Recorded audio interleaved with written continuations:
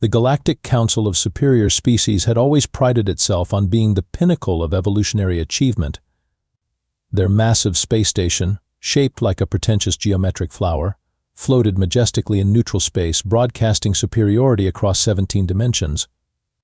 Today marked their 500th anniversary, and Chancellor Blorkthix was practically oozing with excitement. Literally oozing, since he was a 12-foot-tall slug creature whose slime secretions changed color based on his emotional state. Right now, he was a vibrant shade of smug purple. "Fellow superior beings," Blorkthix announced, his voice reverberating through the crystalline chamber. "But today we celebrate 5 centuries of enlightened governance over the lesser species of this galaxy." His eye-stalk swiveled to take in the assembled delegates. Admiral Zephyra, a magnificent bird-like creature with razor-sharp talons and an ego to match, preened her metallic feathers approvingly. Professor Glimux, a sentient crystal formation that pulsed with intellectual superiority, hummed in harmonious agreement. However, Blorkthix continued, his slime shifting to an anticipatory orange, "I have arranged for special entertainment. We have invited a representative from one of the most primitive species we've encountered. A human." The chamber erupted in delighted chittering, squawking, and crystalline chiming. Admiral Zephyra clacked her beak dismissively. "Those bipedal meat creatures from that backwater solar system? The ones who still use chemical propulsion and think quantum mechanics is confusing?" "The very same," Blorkthix gurgled with pleasure. "I thought it would be amusing to observe their primitive thought processes firsthand. Perhaps we can use their simple logic as a case study in evolutionary failure." Professor Glimux's crystal structure flickered with condescending amusement.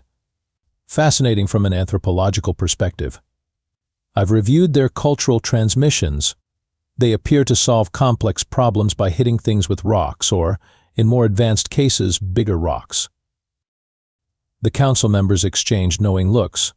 This would be the highlight of their celebration, watching a primitive human stumble through concepts that challenged even their advanced intellects.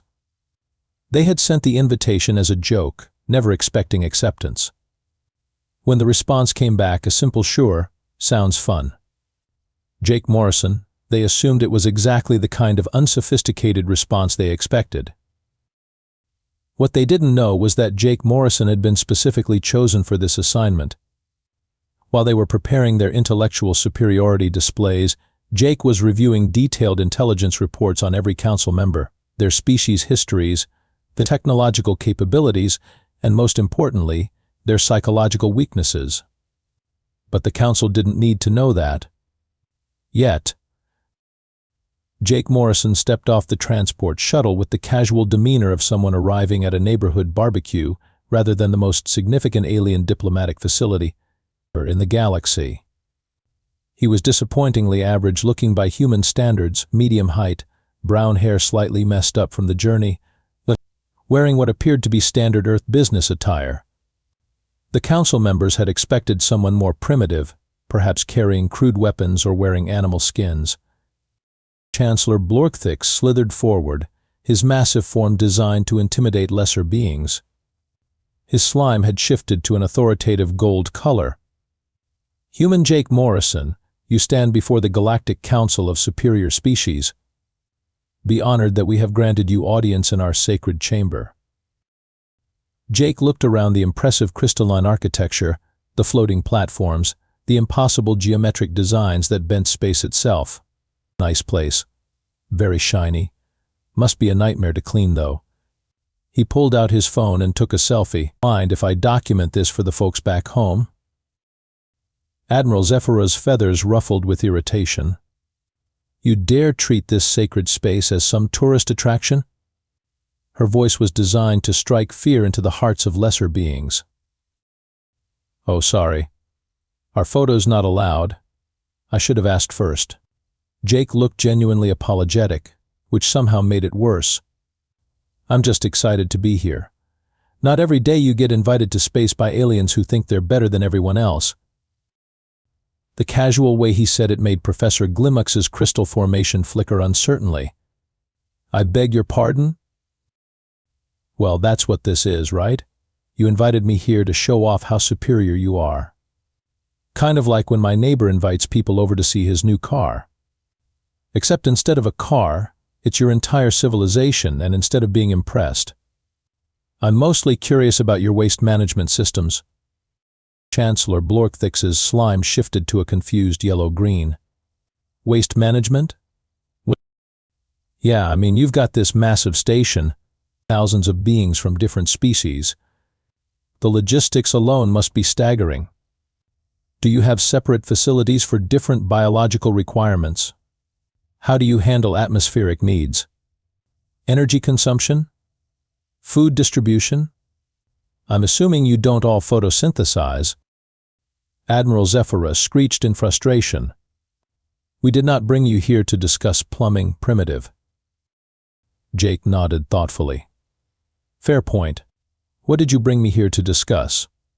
Because your invitation was pretty vague. Just said you wanted to meet a human representative. I figured it was either first contact diplomacy or you needed someone to explain how doorknobs work.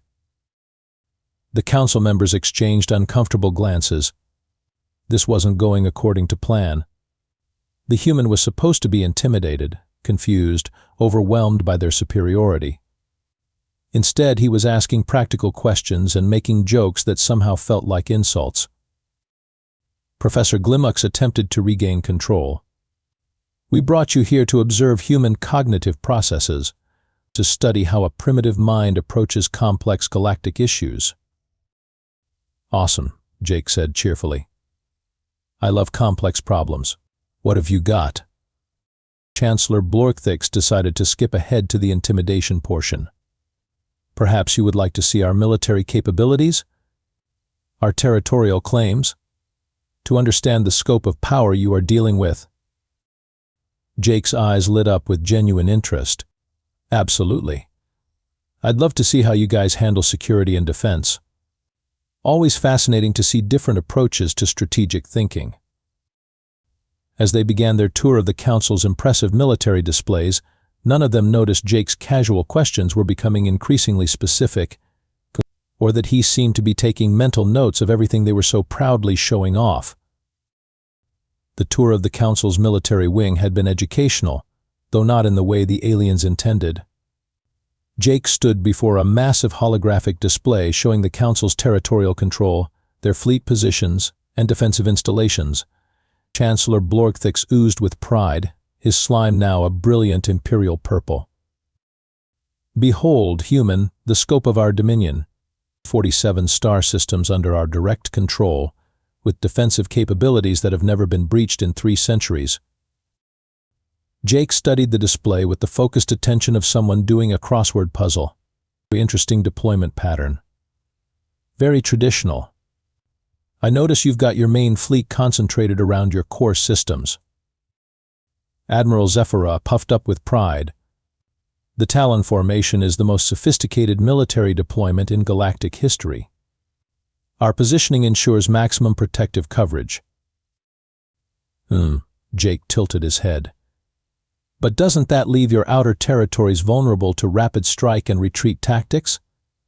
And your supply lines look pretty stretched. What's your response time to a perimeter threat? Professor Glimux's crystal formation dimmed slightly. Response time is adequate for any threat we might encounter. Define adequate. Because from what I can see here, if someone hit your supply depot at Kepler 442, your entire outer rim defense grid would be operating on reserve power within the, 6 standard time units? The uncomfortable silence stretched for several moments. Admiral Zephyra finally screeched, "How could you possibly understand our strategic positioning after a mere glance?" Jake shrugged. Pattern recognition. It's kind of a human thing. We evolved as persistence hunters, so we got really good at spotting weaknesses and exploiting them. Plus, your formation is basically a classic central defense strategy. We used similar approaches in medieval castle warfare before we figured out they were ineffective against asymmetric tactics. Chancellor Blorkthix's slime shifted to an annoyed orange. Medieval castle warfare? You compare our advanced military science to primitive fortifications? Hey, no judgment. Everyone starts somewhere.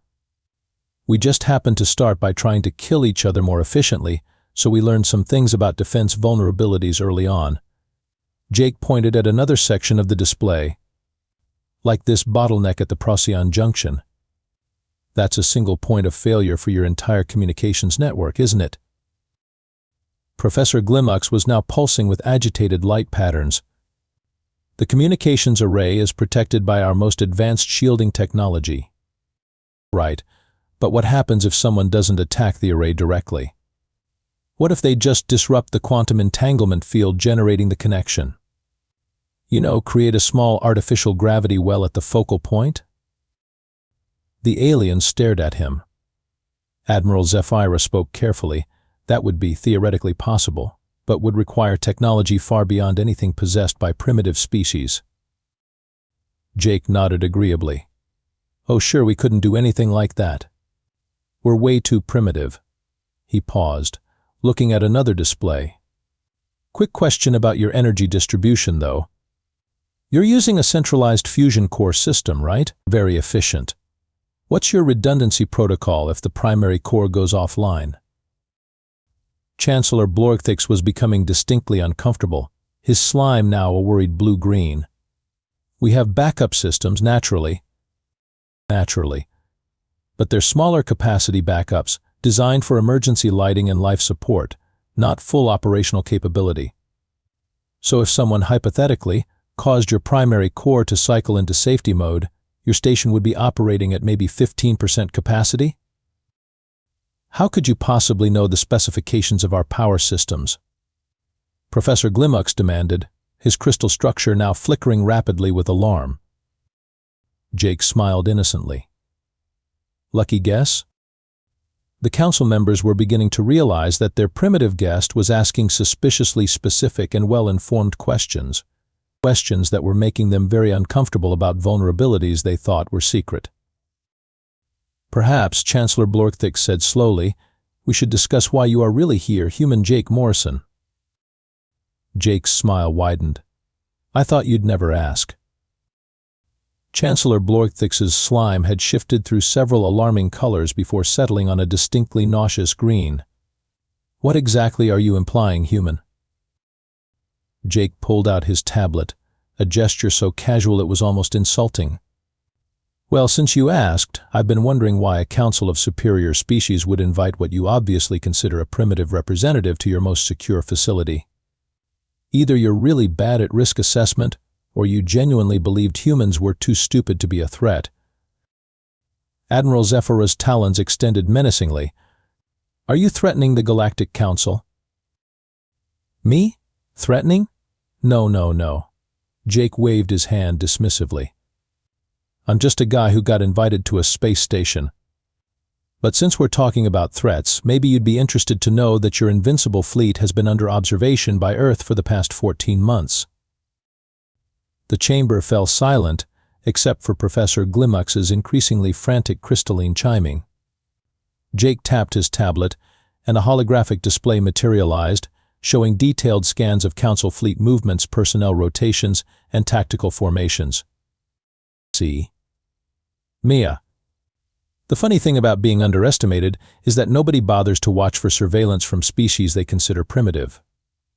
Your communication protocols were surprisingly easy to crack once we figured out your encryption was based on mathematical principles we solved about 200 years ago. You go.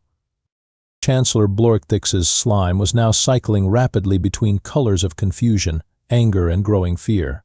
Impossible. Our security measures are the most advanced in the galaxy. Advanced for you, maybe. Jake swiped to another screen showing detailed schematics of the very station they were standing in. But you guys have been stagnant for centuries. When you're convinced you're already perfect, you stop innovating. Meanwhile, humans have been evolving our technology through constant warfare, competition, and paranoia. Admiral Zephyra screeched in rage. You dare suggest that your barbaric species could match our technological superiority? Jake looked up from his tablet with an expression of mild surprise. Match? Oh no, Admiral. We passed you about 50 years ago. We just didn't tell anyone because we were still figuring out whether you were a threat worth worrying about. Professor Glimux's crystal structure was now pulsing with rapid, panicked light patterns. You claim to have superior technology, yet you still use chemical rockets and primitive computing systems. Public technology, Jake corrected cheerfully. The stuff we let everyone see. Kind of like how you don't show off your best weapons to visiting dignitaries from species you're planning to intimidate. He paused. Oh wait, actually you do. That's exactly what you just did with me. He tapped his tablet again, and the holographic display shifted to show real-time footage of Earth's orbital defense platforms, previously invisible to Council sensors, powering up in perfect synchronization. The thing about humans, Jake continued conversationally, is that we've been planning for hostile alien contact since we first looked up at the stars. We've war-gamed every possible scenario, including pompous alien council thinks we're too primitive to be worth worrying about. Chancellor Blorthix's voice came out as a strangled gurgle. How long have you known about us? About the council specifically? 4 years, 2 months, 16 days. About galactic civilization in general? Jake shrugged. We've been monitoring extraterrestrial communications for decades. Amazing what you can learn when nobody thinks you're smart enough to be listening. Admiral Zephyra was now fully mantled, every feather extended in a threat display that had terrified countless species. If Earth possesses such capabilities, why have you remained hidden? Jake's expression shifted slightly, the friendly facade cracking just enough to reveal something much more calculating underneath. Because, Admiral, humans learned a long time ago that the best way to win a war is to make sure the other side doesn't know they're in one until it's already over. The pretense of casual tourism evaporated as Jake's demeanor shifted from friendly visitor to something far more dangerous. His posture straightened, his expression hardened, and suddenly the council members realized they weren't dealing with a primitive curiosity anymore. Let me clarify the situation, Jake said, his voice losing its casual warmth. Earth has been monitoring the Galactic Council since we detected your first communications with developing species. We've documented your intervention policies, your resource extraction operations, and your rather unpleasant habit of manipulating younger civilizations for your benefit. Chancellor Blorthix's slime had settled into a sickly gray color. Those interventions were for the greater good of galactic civilization. Whose definition of greater good? Because from our analysis, your interventions consistently result in technological stagnation, cultural suppression, and resource dependency. You're not benevolent guardians, you're parasites with a superiority complex. Professor Glimux attempted to salvage the situation through intellectual discourse. Surely you understand the necessity of guided development. Without oversight, primitive species could develop dangerous technologies. Jake laughed, a sound devoid of humor. Dangerous to whom? To you? Because that's really what this is about, isn't it? You're terrified of being surpassed by species you consider inferior. He activated his tablet again, displaying detailed files on each council member. Chancellor Blorthix, your homeworld is experiencing a significant population crisis due to environmental degradation that your government has been hiding for decades. Admiral Zephyra, your military is riddled with corruption and hasn't won a significant engagement in over a century. Professor Glimux, your research credentials are fabricated, and your species' intellectual superiority is largely a myth perpetuated by intimidation tactics. The three aliens stared in horror as their most closely guarded secrets were laid bare. Jake continued relentlessly. We know about the rebellion in the Centauri sectors that you're suppressing. We know about the resource shortages that are destabilizing your economy. We know about the growing dissatisfaction among your member species. Admiral Zephyra found her voice, though it came out as more of a croak than a screech. What do you want? Want? I want you to understand exactly how precarious your position really is. Jake's tablet displayed a star map showing Earth's actual sphere of influence, which extended far beyond what the Council had imagined. Earth didn't just develop advanced technology. We developed advanced diplomatic and intelligence networks. Half of your loyal member species have been in communication with Earth for months. Chancellor Blorkthix's slime was now barely maintaining cohesion. You've been recruiting our allies? Recruiting? No, Chancellor. They approached us. Turns out, when you offer species genuine partnership instead of condescending oversight, they're surprisingly receptive. Jake leaned forward slightly. Here's what's going to happen. You have two choices. Choice 1, you restructure the Council to operate under Earth's guidance, with genuine representation for all member species and an end to your exploitative practices. Professor Glimux's crystal structure was flickering erratically. And choice 2? Jake's smile returned, but it was nothing like the friendly expression he'd worn earlier. It was the smile of a predator who'd been playing with his food. Choice 2 is that Earth demonstrates why humans became the dominant species on a planet where everything was trying to kill them. We've been preparing for interstellar conflict since before we achieved faster-than-light travel. We've studied your technology, your tactics, your psychology. We know how to defeat you using resources you don't even know we possess. The chamber fell silent except for the ambient hum of station systems. Finally, Admiral Zephyra spoke, her voice barely a whisper. How long have you been planning this? Planning what? This conversation? About 6 months. Planning for hostile alien contact? Since we invented the atomic bomb and realized we weren't the scariest thing in the universe. Jake stood up, his casual posture somehow more intimidating than any threat display. The question isn't how long we've been planning. The question is whether you're smart enough to accept choice 1 before we're forced to implement choice 2. Chancellor Blorkthix looked at his fellow council members, seeing his own fear reflected in their expressions. They had invited a human as entertainment. Instead, they had invited their own conquest. Chancellor Blorkthix made one final attempt to salvage some dignity from the disaster. His slime shifted to what he hoped was an authoritative gold, though it came out more like the color of old mustard. You forget, human, that the Galactic Council has ancient authority over this region of space. We have governed for 500 years under laws established by species far older and wiser than yours. Jake nodded thoughtfully. That's fascinating. Could you show me the documentation where Earth agreed to recognize your authority? The silence stretched uncomfortably. Professor Glimux's crystal formation flickered weakly.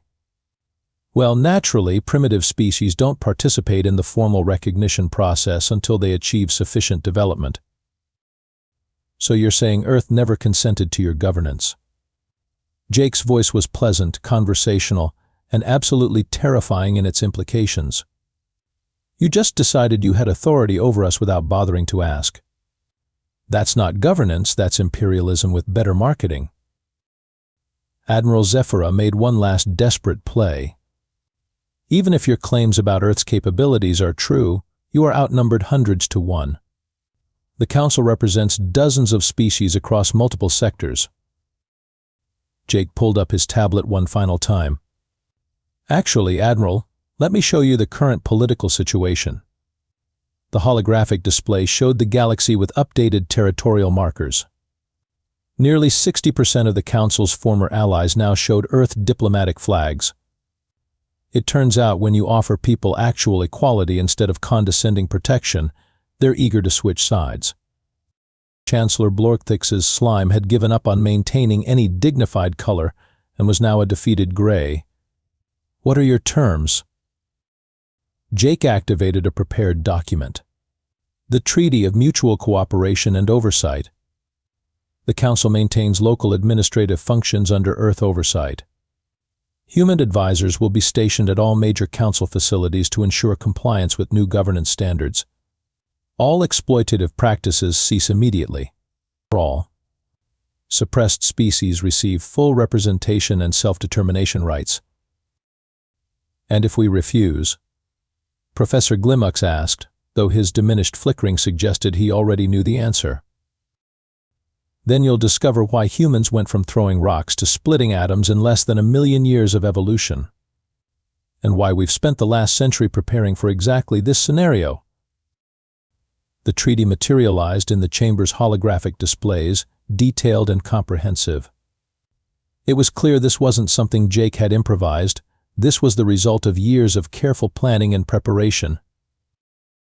Admiral Zephyra signed first, her talons scratching across the signature field with defeated resignation.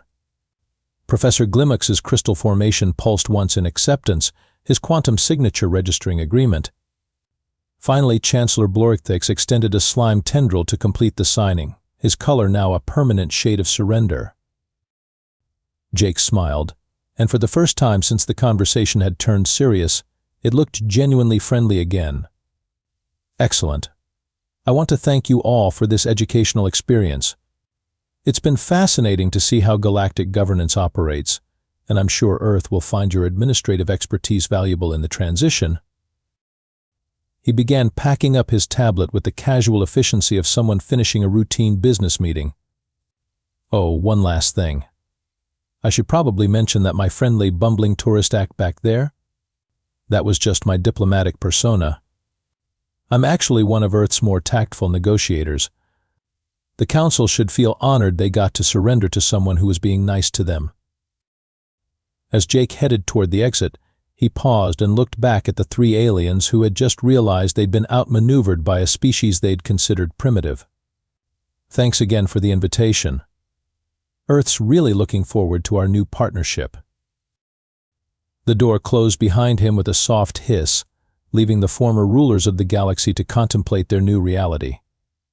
In the space of a few hours, they had gone from condescending hosts to conquered subjects, and the scariest part was that their conqueror had been polite about it the entire time.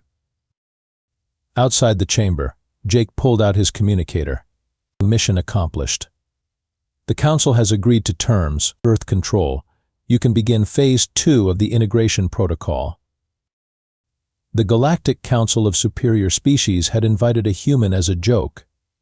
They ended the day as Earth's newest administrative district.